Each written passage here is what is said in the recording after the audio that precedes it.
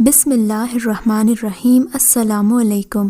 اردو کہانی سینٹر میں خوش آمدید۔ آج کے اس ویڈیو میں آپ کو ایک معصوم لڑکی کے اوپر بیتی دکھ بھری سچی کہانی سنانے چاہ رہی ہوں، لیکن کہانی سنانے سے پہلے نئے آنے والوں سے گزارش ہے کہ اردو کہانی سینٹر کو سبسکرائب کیجیے اور ہماری ویڈیو سب سے پہلے دیکھنے کے لیے بیل آئیکن کو کلک کیجیے۔ چلیے شروع کرتے ہیں کہانی۔ میں نے جب سے آنکھ کھولی تھی خود کو اسی 2 کمروں کے چھوٹے سے گھر میں پایا تھا۔ ہم جوائنٹ فیملی میں رہتے تھے۔ غربت اتنی زیادہ تھی کہ 2 وقت کا کھانا بھی پیٹ بھر کر مشکل سے ملتا تھا۔ ہمارے گھر میں جتنے افراد تھے اتنے تو برتن بھی نہیں تھے۔ ہمیں سب بچوں کو ایک ہی پلیٹ میں تھوڑا سا سالن ملتا تھا، جس سے اللہ جانے کیسے ہم سب اپنا پیٹ بھرتے تھے۔ صبح کالی سی چائے کے لیے بھی انتظار کرنا پڑتا کہ کب پیالہ فری ہوگا اور ہم چائے پی سکیں گے۔ مجھے اس زندگی سے سخت نفرت تھی۔ میں تو یہاں کھل کر سانس بھی نہیں لے پاتی تھی۔ میرے تایا کے 7 بچے اور چچا کے 4 بچے تھے۔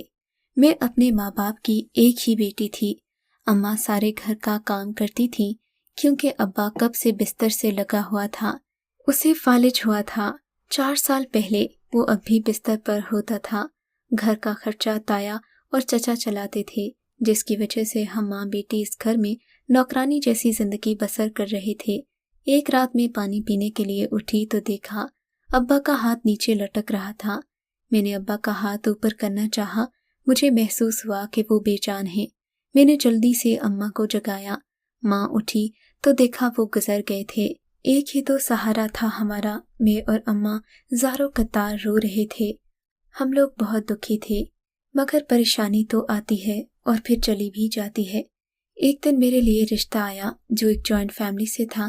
ان کے ایک گھر میں 40 سے زیادہ لوگ رہتے تھے۔ جیسے ہی مجھے پتہ چلا، میں نے اماں کو کہا وہ انکار کر دیں، کیونکہ مجھے یہاں شادی نہیں کرنی۔ مجھے ایسی زندگی نہیں گزارنی تھی جیسی اماں نے گزاری تھی۔ میں ایسی جگہ جانا چاہتی تھی جہاں پر میں کھل کر سانس لے سکوں، اور یہاں اتنے سارے لوگ تھے، وہ بھی ایک ساتھ چھوٹے سے گھر میں۔ میں یہ کیسے برداشت کرتی؟ اماں، ان کو انکار کر دو۔ ارے پاگل ہو گئی ہے، کتنا اچھا رشتہ ہے، کون کرے گا تجھ سے شادی؟ تو کوئی حور پری ہے؟ یہاں تو اتنی خوبصورت لڑکیوں کے رشتے نہیں ملتے، اور تو ہے انکار کرنے چلی؟ اماں نے میری ایک نہ سنی۔ وہ لوگ جہیز بھی نہیں مانگ رہے تھے۔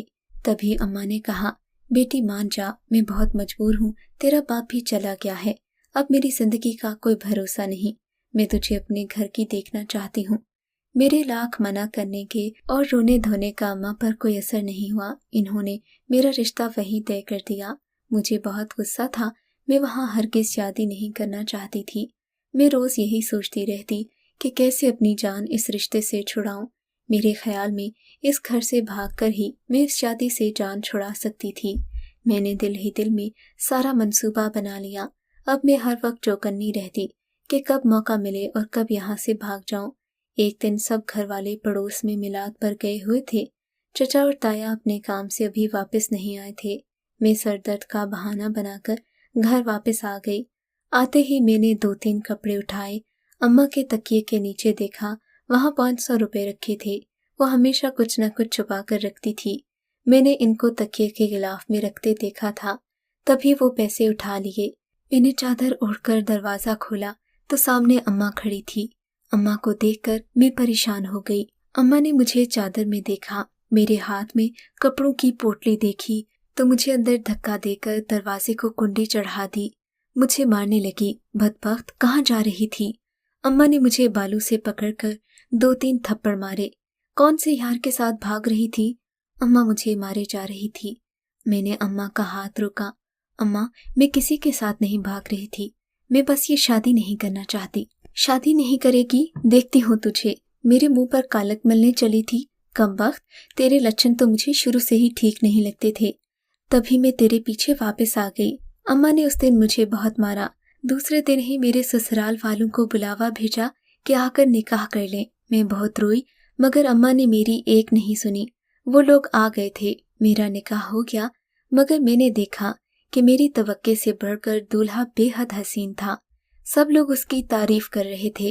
میرے تایا کی لڑکی بولی، ہائے عالیہ، تیرا شوہر تو ہیرو لگتا ہے، بڑی نصیبوں والی ہے تو، کاش اس کے ساتھ میری شادی ہو جاتی۔